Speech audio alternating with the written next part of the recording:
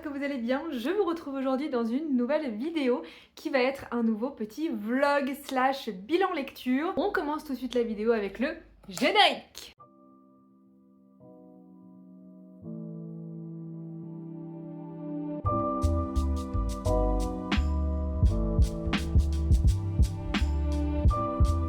Alors, j'avais envie de vous montrer la lecture que j'ai débutée et que je vais lire dans le train puisque je me rends chez ma mère pour quelques jours. Vous allez voir les images juste après, ça fera une petite partie vlog à cette vidéo. J'ai donc commencé La Sage-Femme de Berlin que j'ai empruntée à la bibliothèque. Il s'agit de la suite de La Sage-Femme d'Auschwitz que je vous mets juste ici, que j'avais vraiment adoré. Ici, on va à nouveau suivre cette femme, cette sage-femme, Esther. On est dans la période en 1960 avec la séparation entre l'Allemagne de l'Ouest et l'Allemagne de l'Est, avec toute une partie sur la RDA, la Stasi, etc. Un petit peu cet accent sur l'omniprésence du contrôle de l'État sur la population. Pour le moment, il est très chouette, mais je vous en dirai plus après ce petit vlog. Après un petit peu de temps de lecture dans le train, je suis arrivée à Boulogne-sur-Mer, la ville de mon enfance. Et avec ma maman, on a décidé de revenir à Nausicaa, un endroit que j'adorais quand j'étais petite, et on a eu envie de voir les travaux et ce qu'ils avaient pu en faire. Nausicaa, c'est le plus grand aquarium d'Europe. Ils ont une attention toute particulière sur la préservation des espèces et de la biodiversité, donc je vous laisse apprécier un petit peu le paysage marin qu'on peut observer.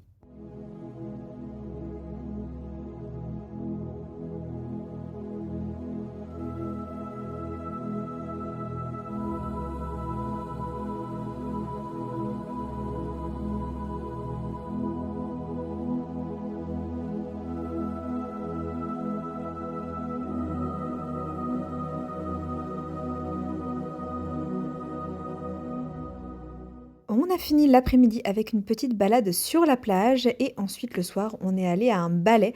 Ma mère m'avait offert pour Noël une représentation du lac des Cygnes. C'était vraiment chouette, je vais vous montrer des extraits.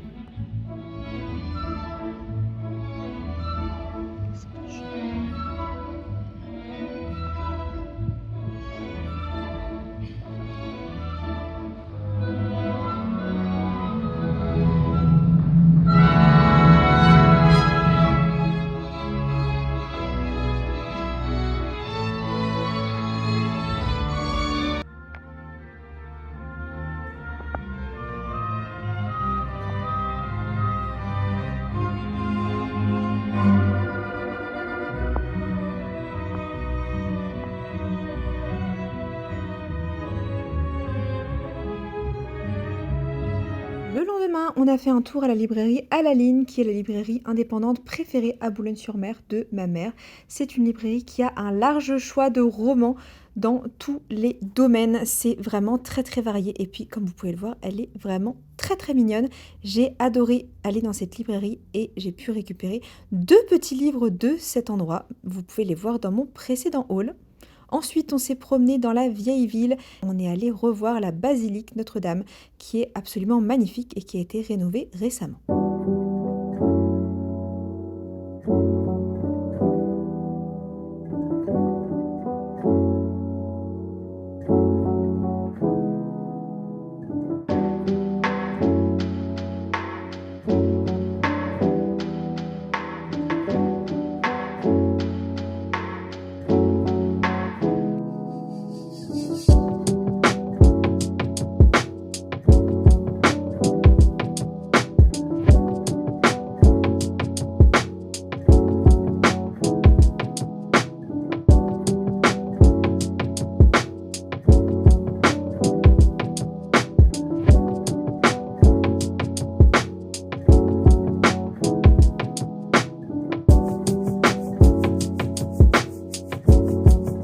Et enfin, pour finir le week-end, on s'est rendu à 800 pour y passer le reste de l'après-midi. On s'est pris une partie de la tempête, mais c'est pas grave, comme vous le verrez, ça a donné des super belles couleurs au ciel et c'était vraiment une promenade très très agréable.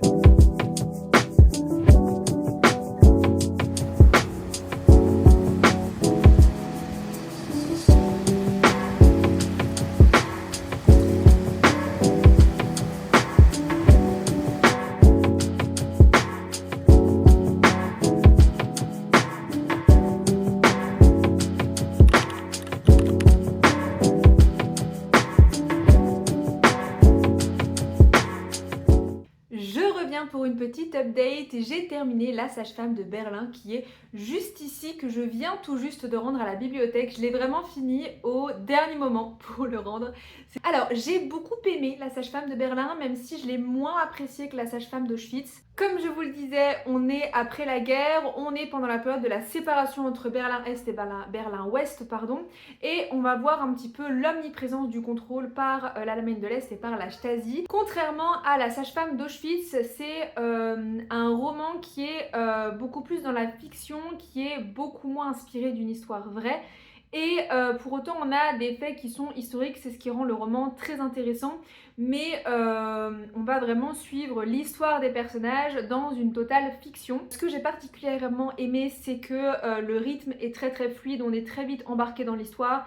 Et c'est plutôt bien écrit, l'écriture d'Anna Stuart est toujours très fluide, très facile à lire.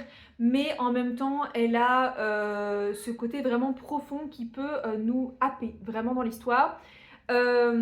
Après, ce que j'ai pu moins aimer, c'est que je trouve que vers la fin, l'enchaînement des événements est un petit peu trop rapide. J'aurais aimé qu'on prenne plus le temps, qu'on travaille vraiment plus cette fin d'histoire. Des fois, je vous dis que j'ai l'impression qu'on remplit des pages pour faire un livre plus long et qu'il aurait pu être plus court. C'est le cas pour les 7 sœurs dont je vous ai parlé dernièrement.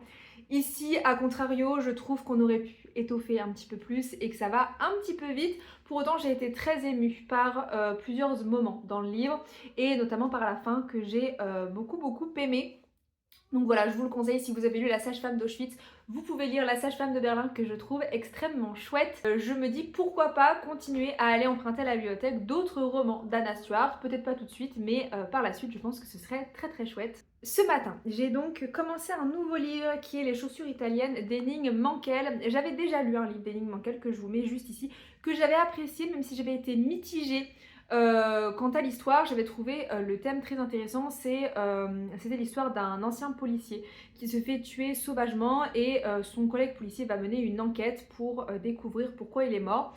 J'avais été mitigée sur ce roman parce que j'avais trouvé que des fois, au niveau de l'intrigue, on voyait les choses venir, mais pour autant j'avais apprécié. J'ai donc commencé Les chaussures italiennes qui m'a été prêtée par une de mes responsables. Donc si vous voyez cette vidéo, merci beaucoup. Ici, on va suivre l'histoire d'un homme un peu rustre qui vit reclus au bord d'un lac et sa vie un petit peu d'ermite finalement va être mouvementée par son amour de jeunesse qui va revenir vers lui mourante et va lui demander de lui montrer un lac forestier. Je suis vraiment au tout début, donc pour le moment il est vraiment juste reclus dans sa maison, éloigné de tous, mais j'ai hâte de découvrir la suite. Je reviens pour vous refaire un point sur mes lectures. J'ai terminé Les chaussures italiennes d'Henning Mankell et c'est beaucoup plus que ce que je vous avais dit. C'est tout un parcours d'introspection et de réflexion sur la vie du protagoniste.